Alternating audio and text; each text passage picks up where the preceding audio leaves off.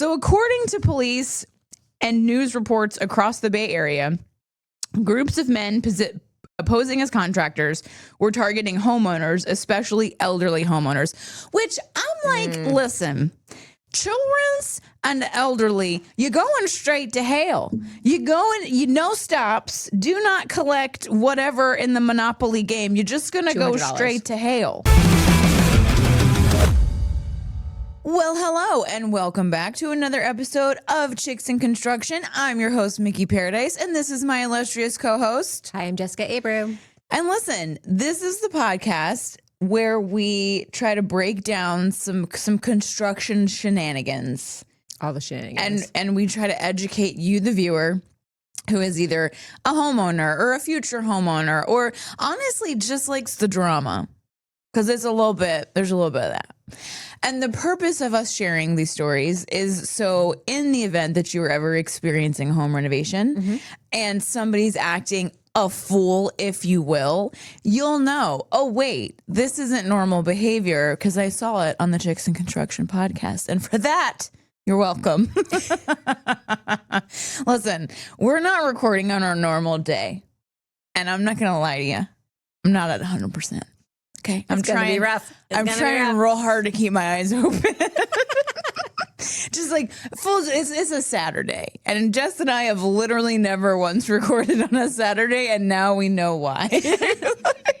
I was driving like, oh my God, what am I doing? Because I don't have kids, and I realize I live a very spoiled life. On the Saturdays, I may get out of bed later. I may not get out of bed at all. I'm not gonna lie to you. I like to stay in the bed for as long as I can. So, not today, y'all. Not today. I feel like we should start doing like an episode, like a mini update on every episode of like what's happening in the comments section. Because listen, they be getting lit. They're spicy. So I stopped looking at the comments because listen, it's important to be realistic about like your ability to like participate in humanity sometimes. And the comments are never directed at Jess. Because who could get mad at that face? Look at that face. Nobody. So I mean, face is apparently is verbally punchable. And what's funny is I'm sharing this with you all because these people that are commenting on our socials, they don't watch the podcast, so they'll never know that we talk about them on the podcast. No, they just watch they watch the reels. And I feel like the algorithm enjoys a rage bait moment. I feel like the algorithm knows, the all-knowing algorithm knows if a contractor is shady, and they're like, oh, let's show them this one. This is really going to get their goose. And listen, we be getting gooses just all over town. We be making the fellows real mad. I think it's like in part the fact that we exist is a real problem for some of these guys. Yeah. Just like the fact that we're on the earth. You're a woman in construction and you have an opinion that does not serve that they don't like. Yeah. And that how dare I not only exist, rude, but then have opinions. Who do I think I am? And it's because they don't watch the show. Yeah, they have no idea like what I do, and it's the assumption is I don't actually do construction. And here's my thing: if any of these people were ever to watch our show, this show in particular, like the full episode, my challenge to you is this: share with us, because this always the most triggering thing we have ever said, which we say a lot, is that homeowners don't pay for rework when a contractor fails an inspection. I have been in construction for 21 plus years. I have never asked a contractor or a client or whoever to pay me if our work caused them to fail an inspection in order to fix it. I've never done it. I've never known any trades that do. Mm-hmm. Because I only know reputable tradespeople. Yeah. I'll mess around with the Joe Blows of the world, the Billy Butchers, if you will, of the world. In a truck. We don't play with a Chucky and a truckie. We're not here for that.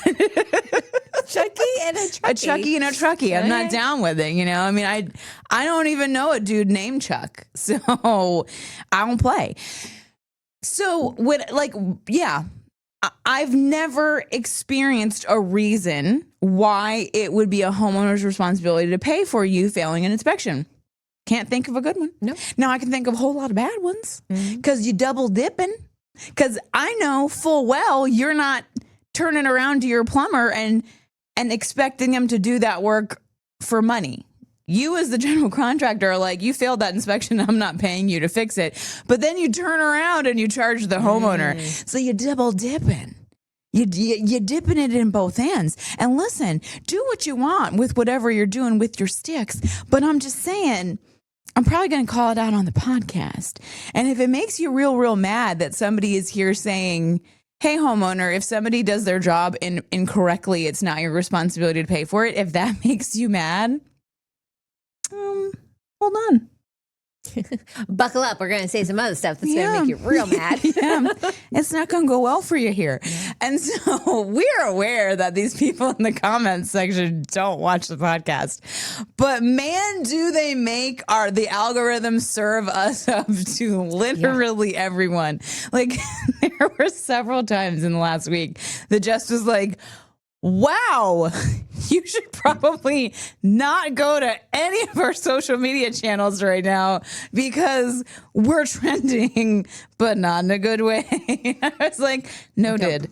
I hadn't planned on it, but I specifically will not now. The amount of times in the past 2 weeks that I've had to explain that you have been in business for 20 plus years. I'm like, I'm just gonna put that in my notes. In my notes, I copy and paste instead of having to type it over and over again. Poor Jess. And that's fine. I think too, it's because you're blonde and you're pretty. 100%. They can't handle it. How dare I? I'm just supposed to look and here and be pretty. Like when I first went into business, I worked with this guy that and I'm quoting him here. Honey, do you know what women are here for? And I was like, oh God, I bet you're going to tell me making pies and babies.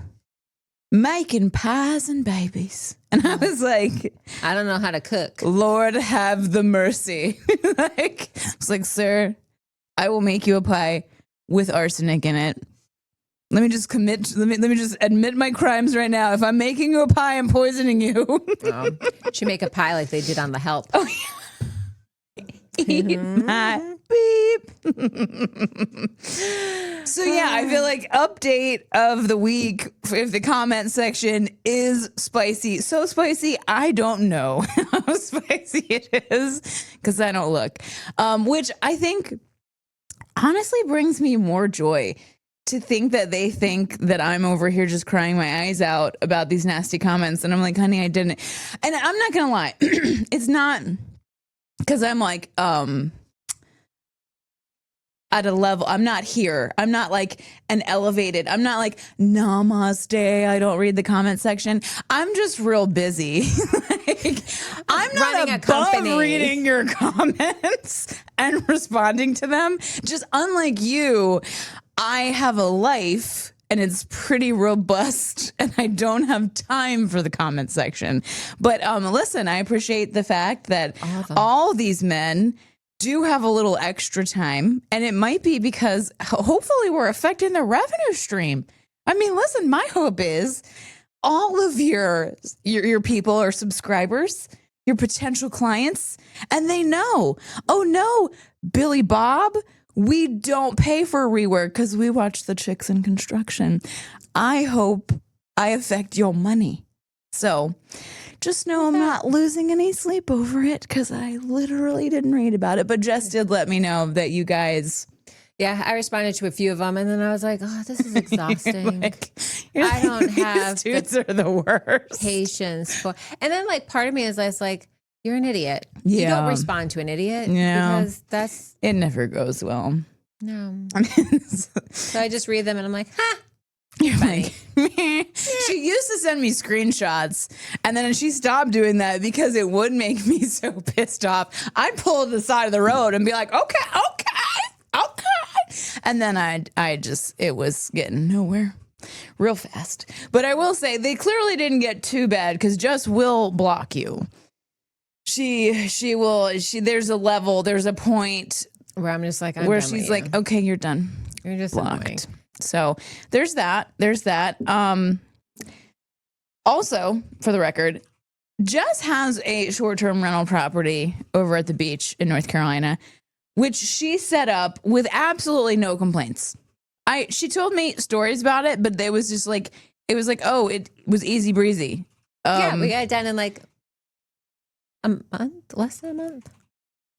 Yeah. I clearly am the weaker of these two. Okay, I have been setting this short-term rental. Hector and I bought a short-term rental. We've been setting it up for 2 weeks, and I am on the cusp of death.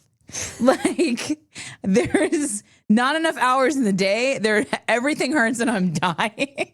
I'm just like, well, I mean, also wow. To be fair, I didn't do any of the painting. I did not try to make an accent wall. Yeah, we'd be doing that. I did not do that. I hired someone to come paint it, and refinish the floors. Yeah, and put in new carpet. Okay. So I didn't do those things myself. I just made it look homey. Well, listen, Hector and I can't do anything halfway. I feel like you guys, the audience, just knows this 100%. You, the audience, are probably queuing into that. Mm-hmm. Like, if I'm doing anything, it's at 150 to 2,000%, somewhere in that range. It's like they're planning on living there. You think what we did's bad. Hector wanted to add like trim to every window. And I said, baby, we don't live here. He wanted to change the pedestal sink in the powder room. I was like, no, it's a sink. Nobody cares. So like the things we did was a dialed down version of what Hector wanted to do. And I had to tell him so many times, like, we are not living here. No, we're not doing that. But we did do like some trim, like a trim detail on an accent wall in the master. Freaking peel and stick wallpaper. My God, today. Why is this? It's the devil's work. It is the devil's work. And I got 2 different kinds from like 2 different brands. And one is like a normal amount of stick. It's like if you put it in the wrong place, you can peel it off, rearrange it, and you're like good to go. The other one, gripping for its life. Like it is holding on to that wall as if it is Jack on the freaking door in the Titanic. He's like, no, I want to live. Rose, just let me on the door. No, this thing's not going anywhere. So I had to rearrange it, end up pulling parts of the drywall. I was like, good thing I know somebody to fix that. Hector! I'm like, Jesus! It got to the point where Hector came into the bathroom. He's like, baby, I'm going to need you to just go to have a snack. I was screaming.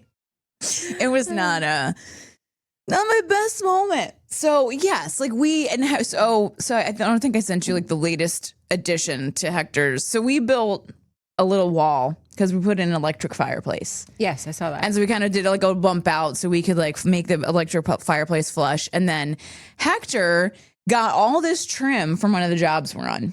And the amount of construction waste is insane to me, and how it is cheaper for companies just to throw unused materials out than it is to like send them back to the warehouse is beyond me. So there was probably, I don't know, $1,500 to $2,000 worth of just like leftover material. Wow. And they were like, do you want it? And Hector was like, the special trash collection. My special trash is getting a little low. Let me go get my trailer. And I kid you not. He's like a little kid in a candy store. 100%. So he's walking around God. And this is a really high-end job. Like the apartments that we built, they're like very luxury, like very like bougie. Mm-hmm. And I don't know who did the ordering for this daggone job, but the amount of materials they have left over is literal nonsense. So whoever was getting the kickback, his trailer, and he loads it up. And I'm telling you, all kinds of trim, like cedar boards. He's like feeling himself. Like he's just going through and he's like shopping like a kid in a candy store. He's just like living his best Christmas Day life. He's like, oh, the shower caddy. I'm going to take that. I go, baby, what's the shower caddy for? Oh, it goes in the units. Is it a leftover one? Oh, I don't know. I was like, he just is like almost like high. He was like, woo! And he goes to put the shower thing in the trailer. And I goes, you need to ask about that. That's not on the list of approved items you can take for your special trash, sir. Feeling it. He was like, woo! And so now the special trash shed has a new addition of copious amounts of trim boards. And I'm just like, baby, why? Because somebody asked him. He created this really cool herringbone pattern because we were going to do shiplap, and everybody does shiplap, whatever.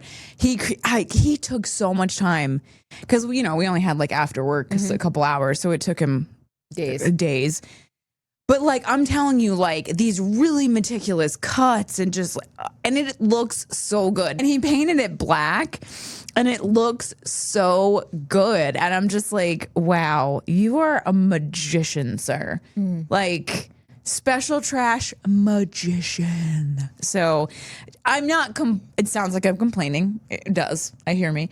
But I do have my slight complaints about the special trash. However, and don't ever tell Hector I said this. Sometimes it works out. I'm very grateful that trim was free. Because it probably would have been several $100s worth of materials. Because it was all these tiny little baby cuts, so there was like a higher amount of waste. And so nobody tell Hector, but the special trash does sometimes work out. So now is your rental like almost ready? It is. So we have your friend that does the real estate photos coming on Friday. Oh, nice. So we've got a week we got to get it done. And honestly, I had to give myself like a deadline because like Hector kept adding stuff. And I was like, okay, we got to stop. Like he had a really nice crown molding. And in his mind, like he's doing this. So like if we ever want to sell it, we have unique features that our neighbors don't. Also add it then. There's that. Listen, Jess, sometimes you just got to go along with it. Here we are. There we are. And here we are. So we have, listen, so much of what we do is because you all share your stories with us. So if you go to chicksandconstruction.com and you scroll down a little bit, there's a form where you can just kind of tell us the tea. We like it hot. We like it piping hot. Sometimes we like a little chai. We like a little spice. We're here for the tea. So you can go to chicksandconstruction.com and you can share your story and we will read it. We will sing your song to the community about what had happened. So if you feel like you were wronged by a general contractor or a tradesperson, or you had a really crappy experience, we want to vent it to the world for you. And now when I say to the world, do I mean the world? No, I mean the 32,000 subscribers that we have, which is pretty phenomenal if you ask me. We going up, y'all. And also to whoever YouTube decides to rage bait with our content. And TikTok. And Instagram, all the things. But it helps so much. They really. Oh, they getting hot. That's where they get the most spicy. It's like, ooh, hello, So listen, sir. I specifically don't even have a TikTok, so I couldn't go check those comments if I wanted to.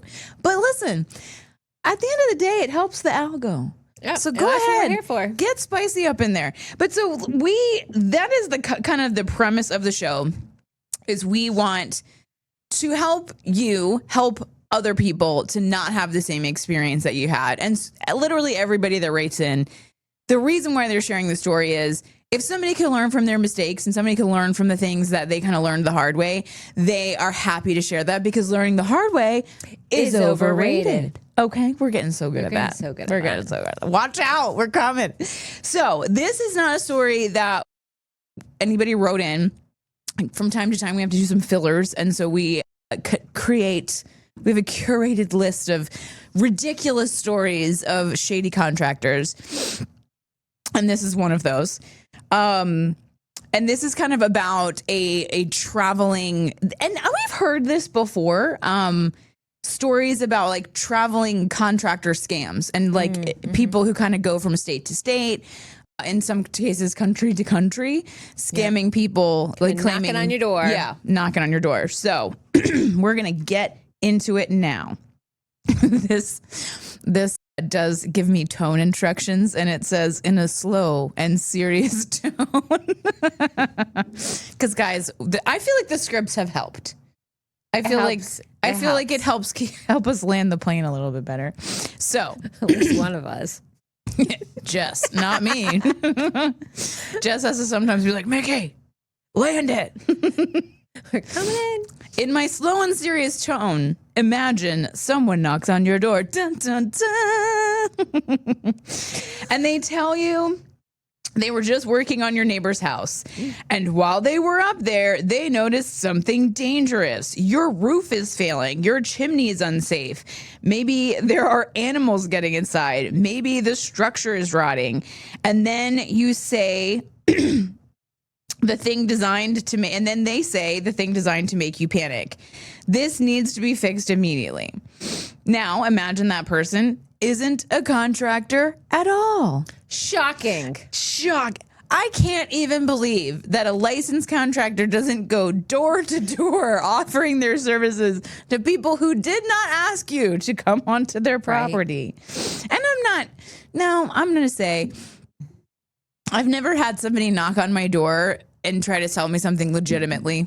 It's always, like, except for Girl Scouts. But they don't even go door to door anymore. They're not allowed to. Oh, they're not? No. Oh, that actually tracks. In the world that we're living in, it tracks. Don't send your kids to people's doors because people are freaking weird. Yeah. Nobody needs that kind of drama. I used to have to go to their doors twice. Once to get their cookie order. Yeah, and then once to deliver them. Yeah, and now the Girl Scouts are like, listen, you guys know what we're cooking.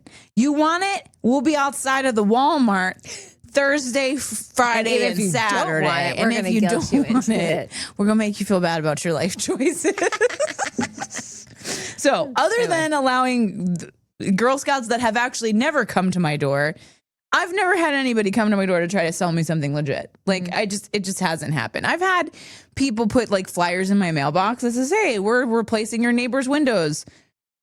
But first of all, windows take a long time to make. So it's not like you're like, oh, we just so happen to have some of your size. Like, that's not how that works. No. But so that's what happened in this case. So this needs to be fixed immediately.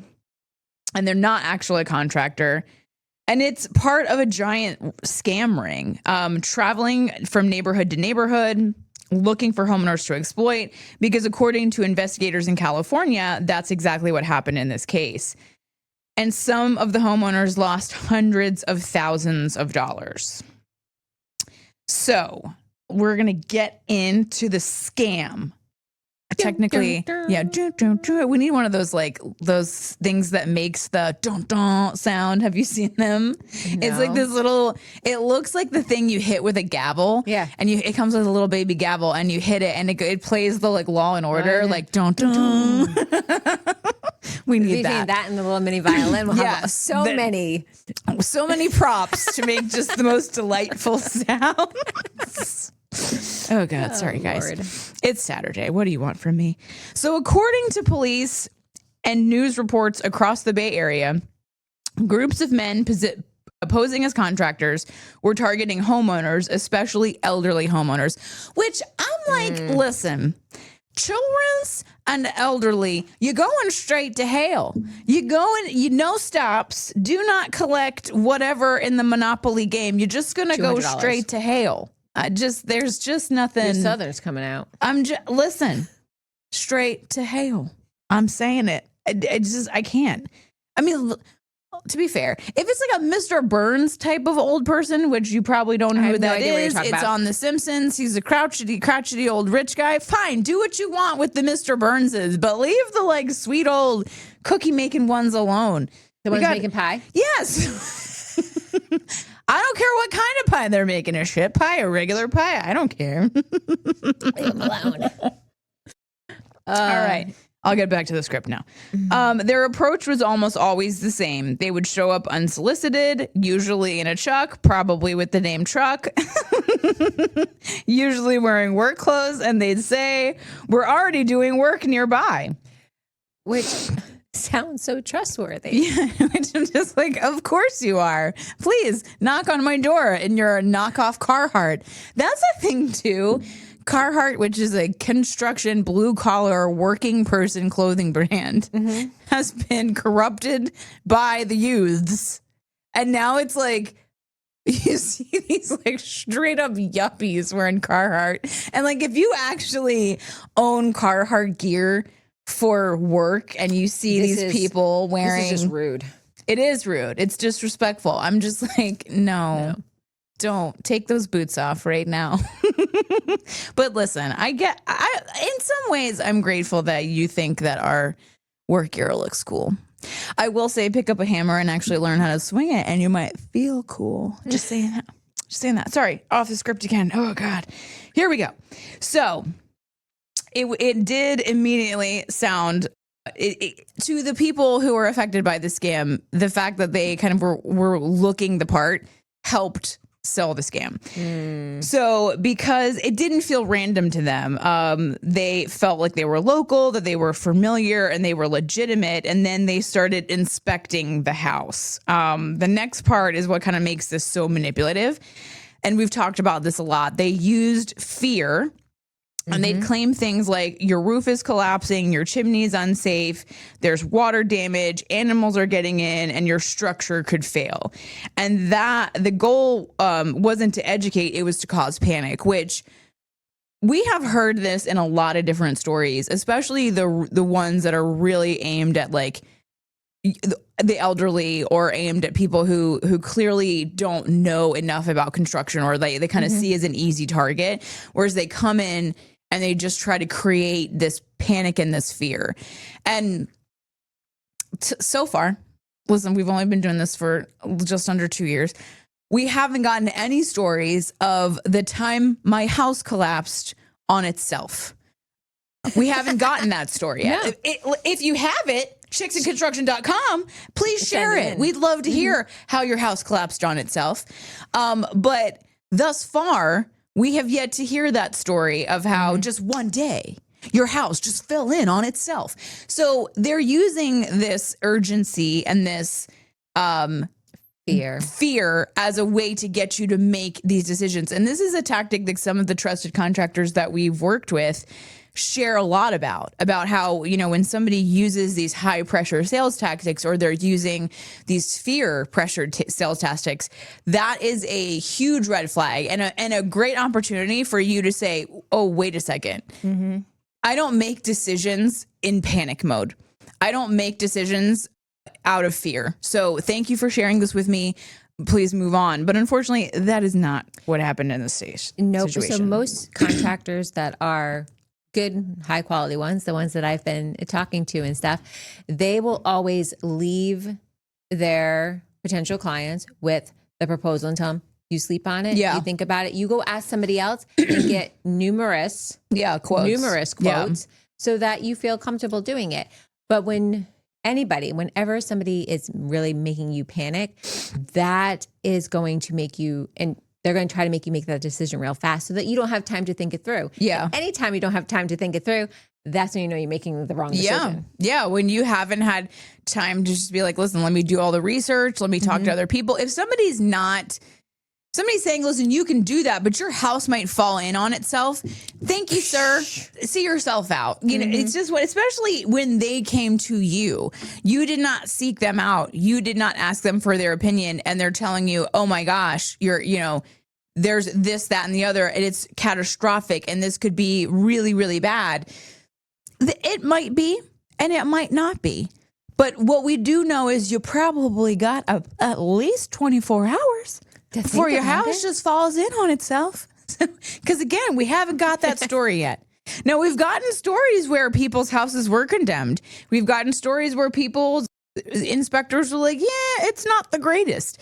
But yet none of them had failed by the time they got it corrected and they were writing in and sharing their story with us. So sadly, this is something we see too often, and we can't stress this enough. If you are feeling like, oh God, I have to make a decision right now, the decision was just made for you. You're not going to make a decision right now. You're going to press pause and seek somebody else out. Because when somebody is scared that their home is unsafe, it kind of forces them to make really kind of questionable decisions. So one of the most heartbreaking cases involved was an 89-year-old homeowner. She was told she had serious roof damage and an animal intrusion issue. The contractors convinced her extensive repairs were urgently needed, and over time, they drained enormous amounts of money from her. Oh, that's devastating. I mean, I feel like older homeowners are so much more likely to trust somebody coming to their door. Yeah. Because they grew up in a time where people weren't so awful as they are today. Like this scam wasn't the point. 9 times out of 10, people were just trying to help out a neighbor. And now it's like, how can I scam your entire retirement out of you over the next 2 weeks, which is terrible. And the scammers know that. They know that these are easy, or in their opinion, they're easy targets. And police say elderly homeowners in this case were specifically targeted because they're often at home during the day. Many of them live alone, and they're less likely to climb on the roof or challenge technical claims, which I saw a lot of when I did that panel for on like how to choose the correct contractors for.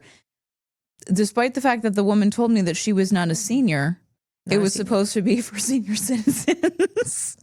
And they were very frustrated. And some of them had a lot of different kind of wild experiences. So I think they really are starting to feel that they are maybe potentially targets. And so they were just like, how do I avoid this? How do I avoid this? And so we were giving them a lot of tips. But it was funny, the more we kind of gave them the tips, I was like, this really seems like a lot. Like, these are a lot of steps. And I can imagine that would be really overwhelming for especially elderly homeowners. And I think that's why they kind of are that easy target. And that's where the scam gets really dangerous. The first number is never a real number. They start small, and we saw this on the other case where they were doing this. It was the same thing, like a scam that was going state to state. It would start off like a little baby number, and then they'd go from like 9,000 to 90,000. And this was kind of the same thing. So they would start like, oh, we're going to just take off this one section of roof. And next thing it was, oh, okay, well, we found more damage, and there's structural rot. And then this is worse than we thought. And before the homeowner realizes what's happening, they've paid tens, sometimes hundreds of thousands of dollars. One homeowner reportedly lost $450,000. That is so much money. Like, and just to keep paying it too. Yeah. And I know that once they get wrapped into it, they're like, oh, okay. And it's hard to know like where the cutoff point is. And I think that is probably the most reoccurring. Well, it's hard to pick, honestly, the most reoccurring theme, because these are all reoccurring themes. But that is one thing we see a lot is people think, oh, well, they've already started.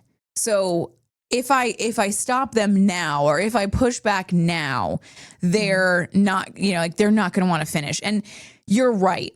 If somebody's trying to scam you and you push back, they're not gonna finish. It's not even a matter of they're not gonna want to finish.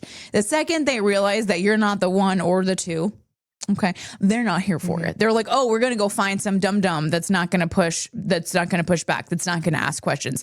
And I know that dum-dum was kind of mean. They're gonna find somebody who doesn't watch our podcast. And they're going to take advantage of them because they don't know what they don't know. And so that I would guess to say that these scammers probably think they're the people that they're scamming are dumb and they're taking advantage of what they don't know. And we see that all the time. So yep. And I believe that these weren't even real companies too, that was doing it. So not in the way that homeowners thought. Investigators say that these groups operated under constantly changing names like Statewide Roofing and Reliance Paving and other rotating business names, which we have talked about several times, is when somebody kind of reaches out to you and they want to do work for you and you look them up. One of the places that you can check is your state's Secretary of State's department. Every state in the United States has one. So you can go and I'm sure every state is a little bit different as far as like what records that you can look up. But I know in North Carolina, you can go onto the Secretary of State, you can check the business name. If nothing pulls up for the business name, that means that in your state, they are not registered. You can also check their personal name. So that individual, if they're saying, hey, I own this company, then you should be able to pull up and see their name and see the company they say that they own.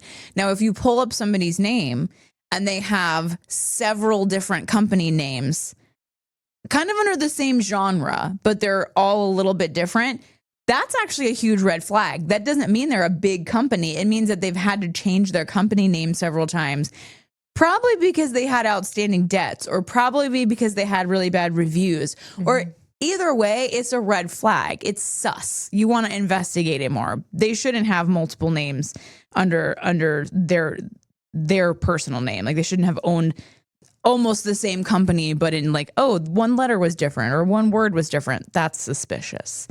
So it's and this is a huge red flag that homeowners need to understand. This isn't normal branding. This is reputation resetting, which is a really good way to put that. So it's kind of a teachable moment. What happens is a company gets bad reviews. The complaints pile up. Like I have seen some of the most interesting Yelp reviews. Like when you went to this one dude's Yelp page, every single story was exactly the same. They came to the door. We didn't ask them to come. They said that there was something failing. They said it would be a very small amount of money. They didn't finish, and the reviews were all the same. So when this happens, they change the name and they start over. And that does make it really hard for homeowners to track them. So I just think like if somebody people aren't supposed to come to the doors in my neighborhood. Yeah. They're just not. There's big signs everywhere that says like don't. I need to start putting one on my actual door. Yeah, we have one. Yeah, I know, like yours, like my time is $20 a minute. Yeah. I need a cash advance before you even start talking to me. But I don't give a single one of those people the time of day. Yeah. I open the door. I say, "Why are you at my house?" They tell me what company they're with. And I was like, "Okay, congratulations. This neighborhood you're not supposed to be in. Nobody is going to be kind to you or open their door probably. You should probably leave." Yeah. Because I'm not here for it. Yeah, no. And like, listen, I know they're doing a job. And I get that. Like, respectfully, I guess we are all out here hustling. I get it. But the door-to-door salesman shtick is just, it's not it. Like, it's not it anymore. It's so, I don't know. Like, for me, I get so creeped out when somebody comes to my door. If you're not delivering my Amazon package, okay, please don't come up my driveway. And I will not answer the door if Brad's not home. I'll answer the door because I'm insane. And also Optimus Prime is there. And even though, we know Optimus Prime is a big marshmallow, but he's a 215-pound English Mastiff. So if you don't watch our podcast, you don't know that he's a mushroom. But back away from you. Yeah, I'll be like, oh God. But he sounds like a straight up bear that lives in my house. So I'll open the door to be like, do you want to get eaten today? But it's never, like, I never feel good about it. So it's one of, like, listen, I get it. You have a job to do. I would say find another way and then to go to people's doors. And one of the things that we want everybody to be aware of is when somebody comes, you like and presents to you like, hey, this is my company's name, this is what we do. I don't want you just to search their company. I want you to search the person. I want you to search their license number. I want you to check out their phone number and their address. One of the things that I saw somebody doing was they would put their company's address into Google Maps and look and see, is this an actual address or is this a shopping plaza that there's nothing real, There's like a land. or there was one where the guy's address was a UPS store. And so like, I'm not saying that is a complete deal breaker. My office is in my basement, so it could be like it pulls up somebody's house. You ask questions like, "Hey, I pulled up your address, and it looks like the address you gave me was a UPS store. Why is that? Was an address where if I needed to get a hold of you and I couldn't, where I could actually find you?" And they might have their reasons, but you also have your reasons. If you need to serve this person with the legal document, it can't go to a UPS store. So you have your reasons as to why you want a real address too. And so I think it's fair to kind of ask those questions. The other one was looking up the phone number. So there was a story where this person had been scamming so many people that their phone number was flagged as a scam. Like, you know how like when you get a call potential spam, and it says potential spam. So that was a really interesting one. I didn't even think about checking somebody's phone number, but they could have potentially because we have in our experience, most people will end up just changing their number.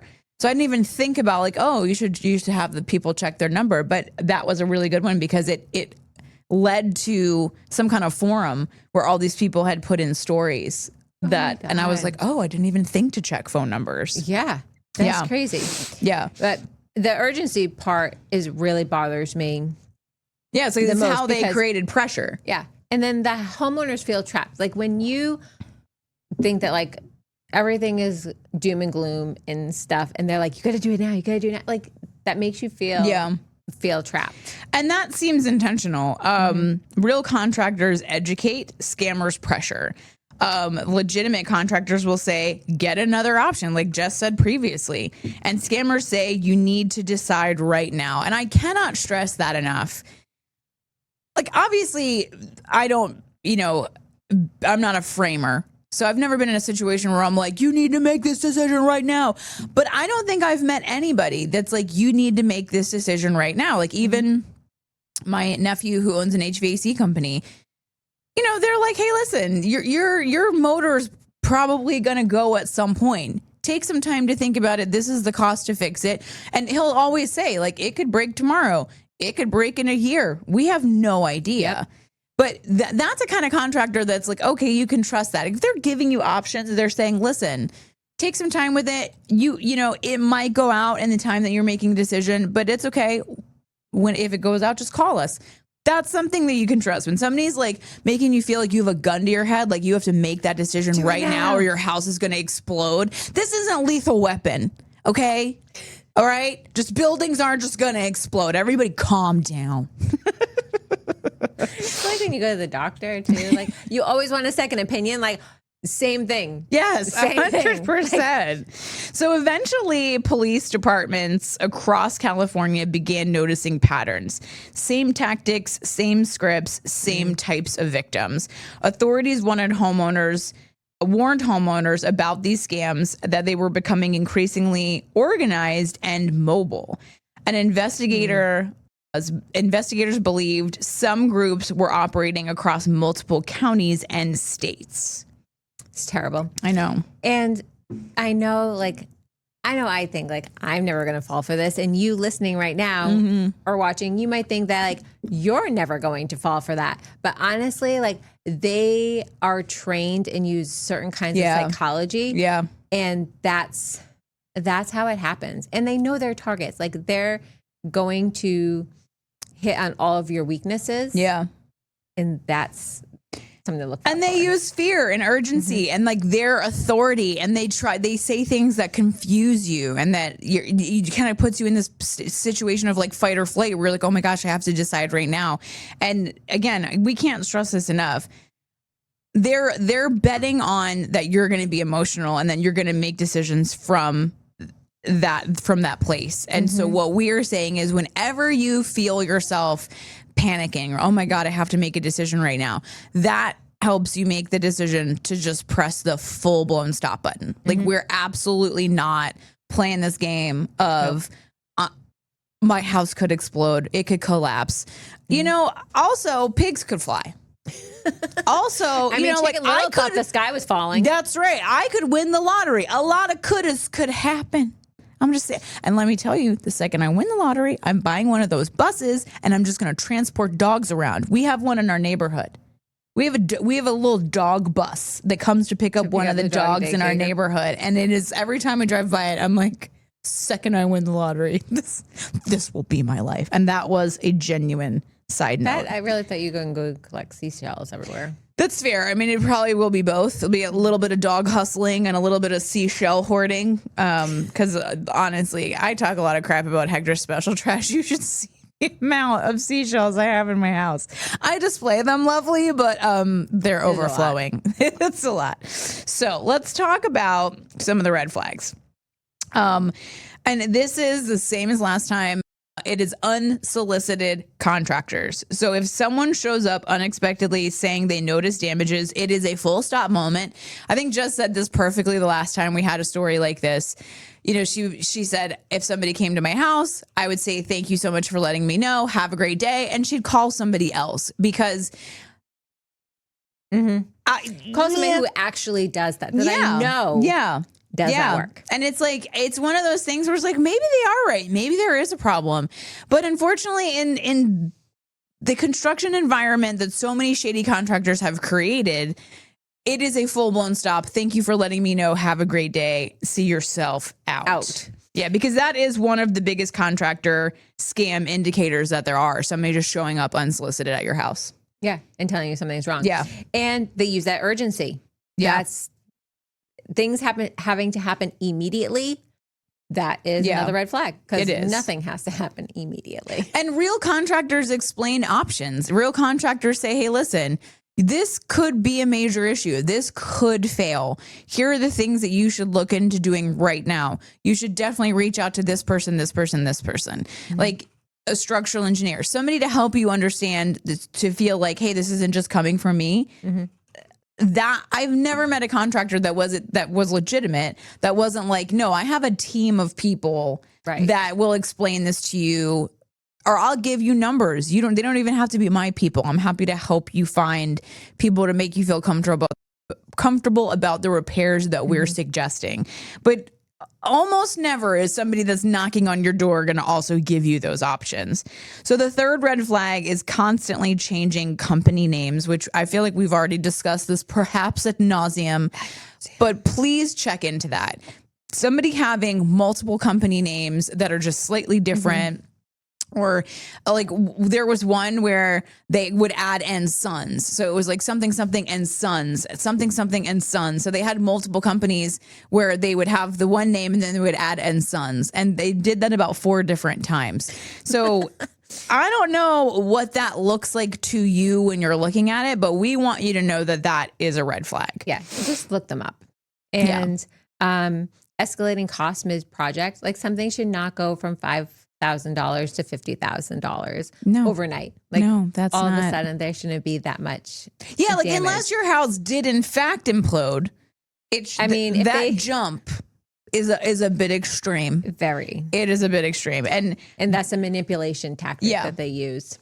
And I think they play off that, oh well, they're already here mentality. So like every single homeowner horror story that. I don't want to say that ended badly. They all ended badly. Some of them finished, some of them didn't. But one of the biggest things to prevent people from really having that conflict conversation was, well, they were here and I didn't want them to pack up and leave. And the thing is, pack them up and leave. They're going to pack up and leave. Like when you have that moment where you're like, something feels off. Do it now or do it later, but it's going to happen one way or the other. All of these stories kind of end the same. it kept, the costs kept mounting. They kept coming back for more money. Finally, I said, this is enough. I started asking questions. I found out they weren't licensed. I found out they weren't legitimate. I called them out on it and they walked. And then I had to bring in another contractor that came in. It cost me X amount of dollars more to fix their shoddy work. So honestly, failing fast is the way to go.